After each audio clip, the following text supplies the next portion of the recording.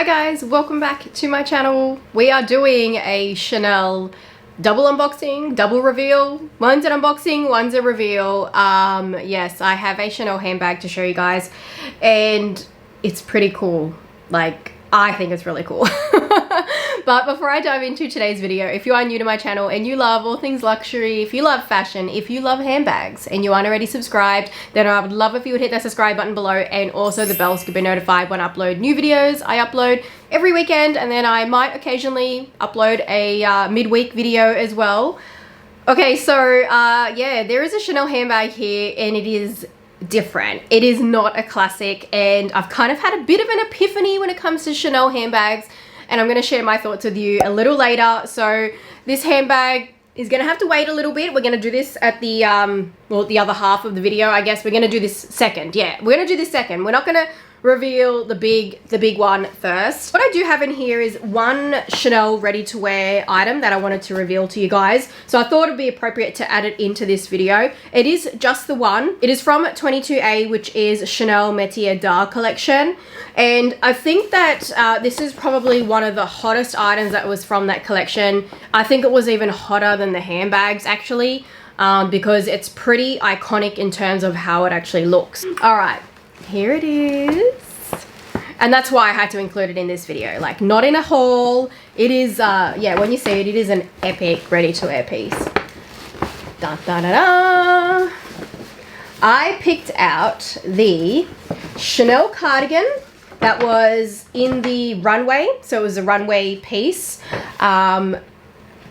So this is actually a runway piece as well. This is what they featured on the Chanel runway. And they did have some other colors. They had like a red burgundy, and then they also had a blue one.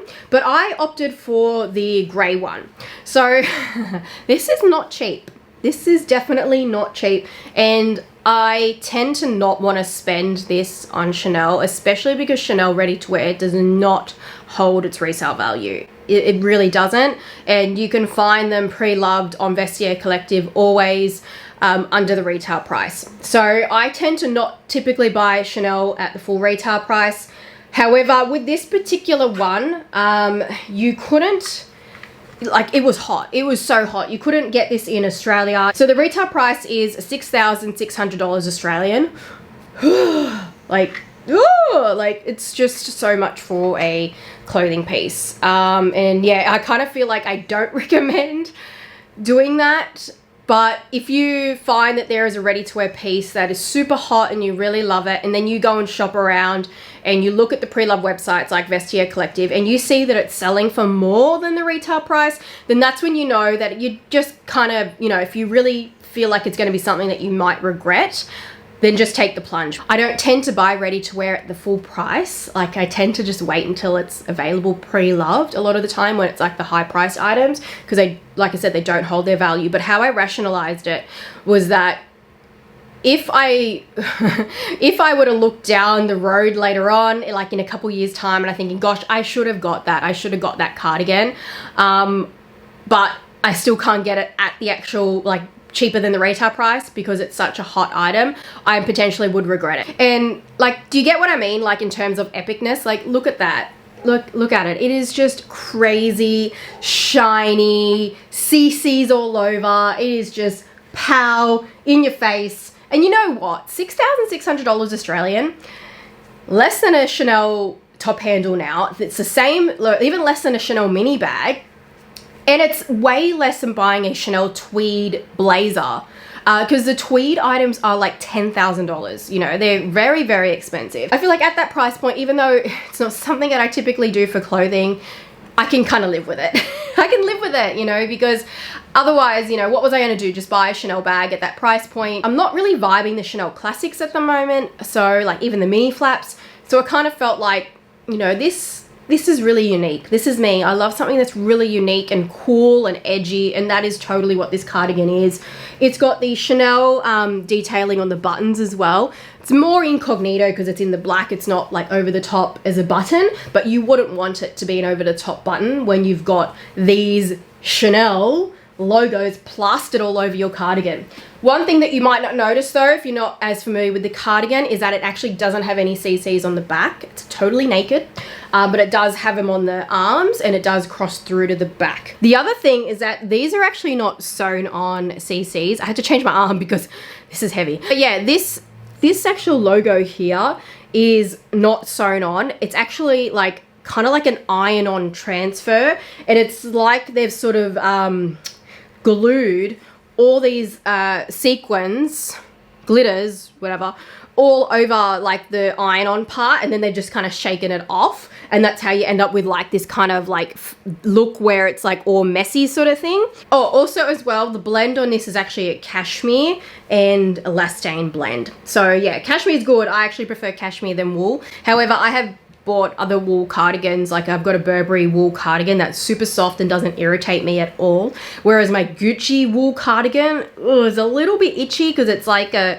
kind of feels like a bit like a, I think it might be even a mohair wool or something like that. But yeah, this is cashmere, which is usually my preference when it comes to like ready to wear, you know, luxury clothing. I prefer that if it's like knitwear that it be cashmere. So at least when you're spending that kind of price point, at least you're getting cashmere rather than wool. So that's kind of like a tick, I suppose. But yeah, my new to me Chanel cardigan from 22A. It is epic, I know. Let me know your thoughts. Did you pick this up? Did you want to get it? What did you think about it when you seen it on the runway? Is it too much for you? You know, feel free to share your thoughts. I know that for a lot of people, this is going to be like total logo overkill because it's kind of what it is. So my next piece from Chanel. Now this one is not actually bought at the retail price, and this one was not actually bought. This was actually bought on Vestiaire Collective, and I did wrap it up just for the effect of the video, but I didn't actually get the ribbon or the camellia with this one. I just wanted to wrap it up for the effect of the video because I feel like with handbags, I can't just do like I did with ready to wear and just pull it out of a bag. Like a lot of the time with ready to wear, I don't even unbox it. I just show it to you on the coat hanger because it's just easier to do that with ready to wear. Whereas I think with handbags, we like the whole unboxing from the box. This was actually from Vestiaire Collective because this is, again, a seasonal piece. It's not a classic. And this was from, this is Chanel 21S. So I think 21S, 22S. No, this was from Chanel 22S. So I believe it was 22 because it wasn't all that long ago that I actually tried this bag on in store and I loved it. I really did. I thought it was so cool and so edgy. However, I didn't want to pay the price for it because it was like $6,900 and it's not a classic, and I kind of was a bit worried about, you know, like some of the design aspect of it in terms of paying that price point, but I also thought it was so cool and the way it looked. So yeah, I pretty much stalked Vestiaire Collective. I had my alert set on for this particular color of handbags, and lo and behold, this one pops up, and it was exactly the bag that I tried on in store, and I haggled with the seller and got it for a really good price. So let me show you which bag it is that I am referring to. And based on that, have a guess down below what bag this is. However, I think that a lot of people don't know the actual name of this bag because Chanel on their website, which is so weird that they do this, but on the Chanel website, they don't even have a name for the bag. They'll just be like flat bag, small flat bag, mini flat bag. Even though it's not even a classic flap or anything, they'll just be like flat bag. However, this actually has a name to it, and I don't know how people find out what the name is. Can you tell me, how do you find out what the actual name is? And I think that the sales associates can see the name on the system. I think that's why, like, how people find out about the actual names of the Chanel handbags, but on the website they don't tell you. So this is the the Chanel FUNKYTOWN flap.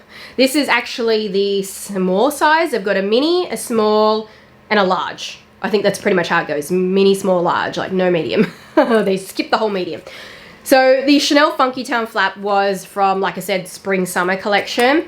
And why it is FUNKYTOWN is pretty much due to this ridiculously oversized statement chain strap. I'm pretty sure that that's exactly why it's called the FUNKYTOWN. Pretty unique name. Pretty cool name. I like the name for it. Like I said, I wish that I wish on the Chanel website that they actually put the bloody names, because if we knew the names it would probably be easier when we ask the sales associates, have you got this bag, rather than have you got the mini flat bag in the purple with the chunky chain strap. Like, why do they make it harder for themselves? Chanel, put the names of your bag on the website. It'll help everyone, you know. But yeah, Chanel FUNKYTOWN. I think it's super cool. When I first tried it on, I loved it. I thought, this is amazing. This is so totally my vibe. I love an edgy bag, but the price point, $6,900 for a bag that isn't going to be something that's going to come out every season. I think it would depend on its popularity as to whether they come out again with it or they just do a reinterpretation of it, which is pretty much what they do with their seasonal bags. But yeah, that is why at the time when I tried this on locally here in Australia, I didn't pull the trigger on it. Kind of almost did. I almost contacted my sales associate and was like, hey, do you still have the purple FUNKYTOWN bag? I almost did, like many a times, and then I deleted the message and I was like, no, just wait. Just wait and hope that this is not going to be something that gets away and you can buy it for under the retail price. I have an alert on Vestiaire Collective for Chanel purple handbags, and that's how this came up. It was from a seller that was in Asia, and it went to the Hong Kong checkpoint for Vestiaire Collective to do the authenticity check on it. And obviously, you know, I've got it now, so it came back as all authentic. So what I actually paid for this, inclusive of taxes, was around about $5,600 Australian. I did have a coupon code as well at the time. Is that I tend to wait until Vestiaire Collective has a coupon code if I feel like it's an item that's not going to get snapped up super quickly. And I had that feeling that it wasn't, because this is not the kind of bag that you can search for easily, because not everybody even knows that it's called the FUNKYTOWN. Not everyone, like when they're listing on Vestiaire Collective or even eBay, not everyone puts that seasonal code like 22S, 22P, 22A, whatever it may be. So this seller hadn't even done that as well. So I kind of felt like, because they hadn't put FUNKYTOWN, because I hadn't put like the seasonal code, that I could probably roll the dice and just wait to see if the seller dropped the price. So originally she had it listed for like what would have been over the retail price anyway, and then she just kept reducing the price. That's how I was able to haggle to make the good offer as well, even with paying taxes on it as well. So that's kind of like my trick when it comes to like looking at Chanel and Vestiaire Collective. I kind of look at the description, obviously, to see what the description is of the bag, what the condition is, and that kind of thing. But then I kind of see, how is the seller kind of listed the item, and do I, you know, have that ability to kind of roll the dice and see whether or not they'll keep reducing the price of the item. Sometimes it works, sometimes it doesn't. Sometimes the item I wanted to get snapped up really quickly by someone else. Sometimes the seller never reduces the price and I'm just sitting and waiting like a, you know, sitting duck, hoping that it's going to happen, and it doesn't happen.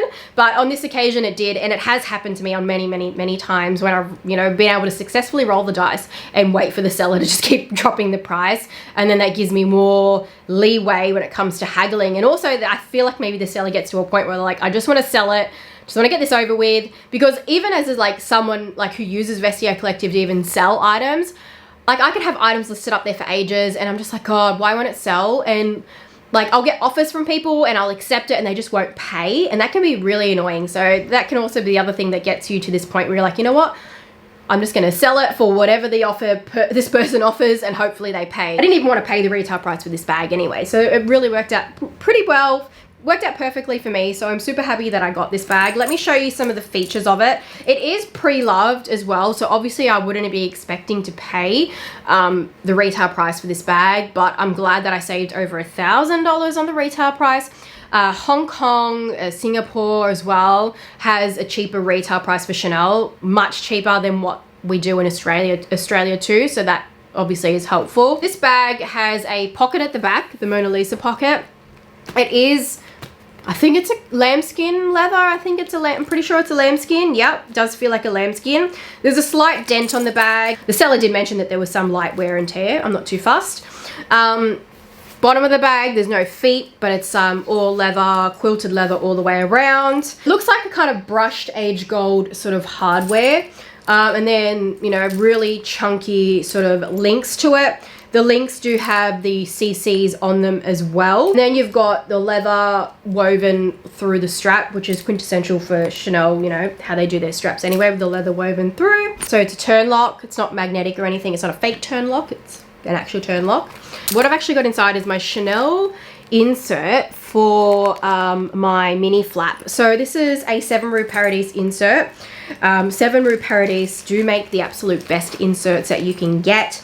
I do have in my accessory store other inserts. I always speak honestly and truthfully in that 7 Rue Paradis are the best insert that you can get for your handbag. They use a Alcantara lining that's found in Rolls-Royce, Porsche, all the very top tier luxury cars. You will find that they use Alcantara fabric because it's a beautiful fabric that has like this beautiful texture to it. But the reason that 7 Rue Paradis uses it is that it's got this unique ability to kind of like mold kind of to the bag, like fit like a glove, but it's not firm, so it doesn't actually push out the leather of your bag. It doesn't misshapen the bag or anything like that. And it's springy, like it kind of bounces back too. Like it's very unique sort of fabric. So yeah, this is the actual insert from the mini flap. So it's the 7 Rue Paradis mini flap insert. I do have a coupon code for 7 Rue Paradis, which I'll put on the screen and in the description bar down below. Like I said, they aren't cheap inserts, but you are paying for quality, and it really is personal preference. So yeah, that is what I've put inside this bag to sort of help with the shape, because otherwise without it, it's pretty much like a really soft, like mushy sort of bag. And I know that it's already got crinkling, right? You can see it there, and it's gonna crinkle even more, which is okay. I'm all right with that because it's a really mushy bag. But I just thought I'll put this insert in because I no longer I've only really got one Chanel mini flap now. And I do need to sit down and film a video of the bags that I got rid of and why. And I even need to film a video of the bags I regret getting rid of, because I think that they deserve 2 separate videos. It's got a zippered section too, the little zippered part here. I do use like sometimes those little zippered sections. Sometimes I don't. It depends if I have an insert or not. But yeah, my new to me FUNKYTOWN bag is really cool. Like look at that. It is so edgy. This chain, it doesn't feel like heavy or anything like that. Like you don't notice the weight of it because this is a really lightweight bag, especially because it's lambskin as well, and then the inside is fabric, so it keeps the bag really light. Because if they were to put leather lining, if they were to like use caviar, which is a little bit heavier than lambskin, I feel like it's a bit heavier, I think that the bag would be, you'd feel the weight to it, and then you'd have this chunky strap which is heavy, and it just would not work out. So I feel like the design element's really good on this. Like they've thought about it, you know, keeping the bag lightweight while the strap is really heavy. But the only thing that I can foresee being a bit of a problem, and that's why I'm glad I didn't pay the full retail, because this is this chain strap, it's a bit slippery. So I don't know how it's going to go with use. It might be a bit annoying where it falls off like that. It's a sort of bag that you'll have to kind of use it like this, like hold onto the strap a bit like that. Like bare shouldered, it would like grab on pretty well because you'd have the friction from your skin. But if you're wearing t-shirts and that kind of thing, I feel like it's going to be slippery and fall off. Knitwear might be okay because you get a bit of traction with knitwear. But yeah, that was one of the things I noticed when I was playing around with it. And I didn't notice it at store because I was wearing actually like a knitted cardigan. The color is beautiful. I love this cool undertone purple. So, and I really love the Chanel purple. I think they do it perfectly well, their color of purple. Always get your bags authenticated as well. I use Real Authentication. I'll leave the coupon code for them on the screen. It's single use only. So if you've already used it, you can't use it again, but I just create a new email to use the code again because it's not like an affiliate code. It is just a referral code. I find any more of these on Vestiaire Collective because they can be tricky to find with, like I said, missing the style, missing the season code, missing the name. If I find any that are a good deal and you can make an offer on them, I'll leave them linked down below. And as well as this cardigan, if I know that there are some on Vestiaire Collective, so I will link them down below as well. But yeah, that is it. Thank you very much for watching. Leave your thoughts down below. What do you think of my new FUNKYTOWN bag? What do you think of my cardigan? And yeah, I think, you know what, actually, I think you might have already spotted this bag if you watched my Farfetch haul. I did actually unbox a handbag in that haul, which is totally different to something like this. But you might have already got a sneak peek of this bag in one of the backgrounds when I was doing mod shots. So you maybe already knew that this bag was coming. But yeah, I'm very glad that I picked it up. It is unique, it's edgy. I'm not really vibing classic bags at the moment. I'm vibing vintage classic bags, yes, like vintage Chanel classic, yes, I'm vibing. But like new, current Chanel classic flaps, you know, I'm just not feeling it. You know, especially with the price increases and stuff like that, I just feel like they're not I don't know, like I just don't want to pay that kind of money for a Chanel classic flap. I just don't feel like it's really all that worth it because I just don't have all that craftsmanship element that I feel should be in a handbag at that price point. My memory card was full. So I'm going to sign off this video here like this, holding my iPhone. Thank you very much for watching. Don't forget to leave your comments down below and give this video a thumbs up if you liked it. And I will see you guys in my next one. Bye.